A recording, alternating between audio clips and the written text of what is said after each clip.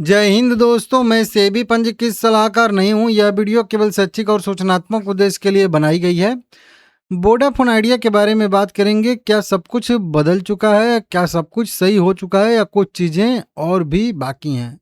देखिए, अब तो लगभग सभी चीज़ें बदल चुकी हैं। शेयर अच्छा खासा मोमेंटम भी कर रहा है, अच्छा खासा मोमेंटम कर भी चुका है। इनके एक जो है जो कह लीजिए संस्थापक कह लीजिए जो भी कह लीजिए यहाँ पे कुमार मंगलम बिरला बिरला ने जो है वोडाफोन आइडिया के पुनरुद्धार योजना का समर्थन किया है। बिरला जी ने यहाँ पे कहा है कि मतलब एक बुरे दौर में से जो है वोडाफोन आइडिया जो है वो निकल के आ चुकी है। कुमार मंगलम बिरला ने जो है यहाँ पे कहा है कि वोडाफोन आइडिया अब से सबसे कठिन दौर से बाहर निकल चुकी है और उन्होंने निवेशकों को आश्वासन जो है दिया है, आश्वस्त किया है। अब क्या ये आश्वस्त किए हैं वो तो हम लोग यहाँ पे देख ही लेंगे, लेकिन क्या ये सवाल उठता है कि क्या सब कुछ अब सही हो गया है कि कोई और भी चीज़ें बाकी हैं? देखिए, अगर आप लोग मेरी वीडियो देखे होंगे बहुत पहले से, तो मैं आप लोगों को बताया था कि वोडाफोन आइडिया जो है ना भाई, इसको कोई एक काम नहीं करना है कि नहीं कोई एक काम इसको जो है अच्छे से कर देना है, सक्सेसफुली हो जाएगा, तो ये सर्वाइव कर जाएगी। नहीं, इसको मैं बताया था उस समय कि कई सारे डॉट इसको जो है एक साथ जोड़ने पड़ेंगे। जब कई सारे डॉट कंपनी एक साथ जोड़ लेगी, तब कहीं जाके कंपनी सर्वाइव करेगी और फिर इसका भविष्य आने वाले समय में उज्जवल बनेगा। अभी कई सारे डॉट अभी भी क्लियर करने कंपनी के बाकी हैं। देखिए क्या हो गया है, अभी मैं आप लोगों को जो पहले वाला मैं थियरी अपना समझाया था कि सबसे पहले तो क्या करना चाहिए कि मतलब कंपनी का जो ये एजीआर वाला मैटर चला है उसमें सरकार से एक बढ़िया राहत मिले, क्योंकि सबसे की पॉइंट वहीं से था, वहीं से सारा चीज़ ट्रिगर होगा। अगर वो राहत अच्छी खासी मिल जाएगी तो फिर बैंकों का, एनबीएफसी का या कर्जदाता का भरोसा बढ़ेगा आइडिया पे, तो कर्ज देने वाले कर्ज भी कंपनी को देंगे। ठीक है, बढ़िया सा फंड रेजिंग वाला प्लान। उसके बाद अगर बात करेंगे तो कंपनी को अपने ग्राहक जो खो रही है उसको भी बंद करना पड़ेगा, मतलब कम करना पड़ेगा कि ग्राहक न छोड़ के जाएं वोडाफोन आइडिया को और ग्राहक बढ़े भी। उसके बाद मैं आप लोगों को बताया था कि फिर जब फंड कंपनी को मिल जाएगा तो अपने 4G और 5G का विस्तार भी बहुत तेजी से करना पड़ेगा। ऐसा नहीं है कि नहीं सुस्त रहे यही सब चीज़ करने में। एयरटेल का और कह लीजिए कि जियो का इतना दबदबा बढ़ जाए, डुओपोली बन जाए कि फिर वोडाफोन आइडिया सर्वाइव न कर पाए और कंपटीशन करना मतलब बहुत मुश्किल हो जाए, मतलब इतना पिछड़ जाए कि फिर वही बात है ना, जैसे कि अभी बीएसएनएल का क्या हो रहा है, इतना पिछड़ चुकी है कि अभी जब ये लोग 5G ला रहे हैं तो 2G 3G ला रही है, जब ये लोग और आगे के लाएंगे तो 4G लाएगी। मतलब इतना पीछे पिछड़ जाना कि मतलब उसका कोई सीमा ना हो, कुल मिला के समझ लीजिए। ठीक है ना, तो ये चीज़ें इनको करनी पड़ेगी, नहीं तो फिर नहीं। उसके बाद क्या होगा कि उसके बाद इसको अपना जो कर ये नेट प्रॉफिट है या नेट लॉस कह लीजिए उसको कम करना पड़ेगा। कम से कम बहुत ज़्यादा हमेशा देखिए, चाहे आप कुछ भी कर लो, जब हमेशा आपको लॉस ही होता रहेगा, हर बार लॉस ही होता रहेगा, तो कभी ना कभी फिर से पैसे की ज़रूरत पड़ेगी, किल्लत पड़ेगी। तो कम से कम आप प्रॉफिट मत करो लेकिन बहुत ज़्यादा लॉस भी मत करो।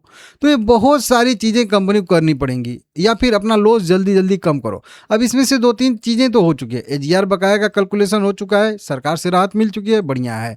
वहीं पे अगर देखेंगे हम लोग तो अपना सब्सक्राइबर भी बेस अब इसका 3 महीने पिछले, जैसे मुझे याद है फरवरी मार्च अप्रैल मई, मेरे हिसाब से 3-4 महीने से लगातार इनका सब्सक्राइबर बढ़ रहे हैं, घट नहीं रहे हैं। अब वो चीज़ बढ़िया हो गया है। लॉस भी कंपनी को कम हो रहा है। 5G में कंपनी विस्तार करने की भी योजना बना चुकी है, कई सारे सर्कल में नया बना भी रही है। तो 2-3-4 पॉइंट तो बढ़िया, लेकिन अभी कंपनी को और 5G को बेहतर बनाने के लिए कर्ज चाहिए। कम से कम 25-30 हज़ार करोड़ रुपए का या 35,000 करोड़ रुपए का इसको कर्ज चाहिए। तो सारी चीज़ें देखिए, कुछ चीज़ें तो एकदम बढ़िया कर लिया है, जैसे कि सब्सक्राइबर घटने बिल्कुल बंद हो चुके हैं, तो ये तो एकदम ग्रीन टिक हो गया है। ठीक है, 5G का भी विस्तार करने का योजना बना चुकी है, 40-35 हज़ार करोड़ रुपया इन्वेस्ट करने का, लेकिन वो कर भी रही है, लेकिन अभी उसका पैसा मतलब आना बाकी है, मतलब अभी भी फंड रेजिंग करना बाकी है, पैसा मिलना बाकी है। ठीक है ना, कर्ज अपना जो प्रॉफिट है या लॉस कह लीजिए वो भी कम कर रही है, लेकिन अभी उतना ज़्यादा कम नहीं कर पाई है कि जितना ज़्यादा मतलब एकदम अस्वस्थ हो जाए कि हाँ अब नहीं होगा।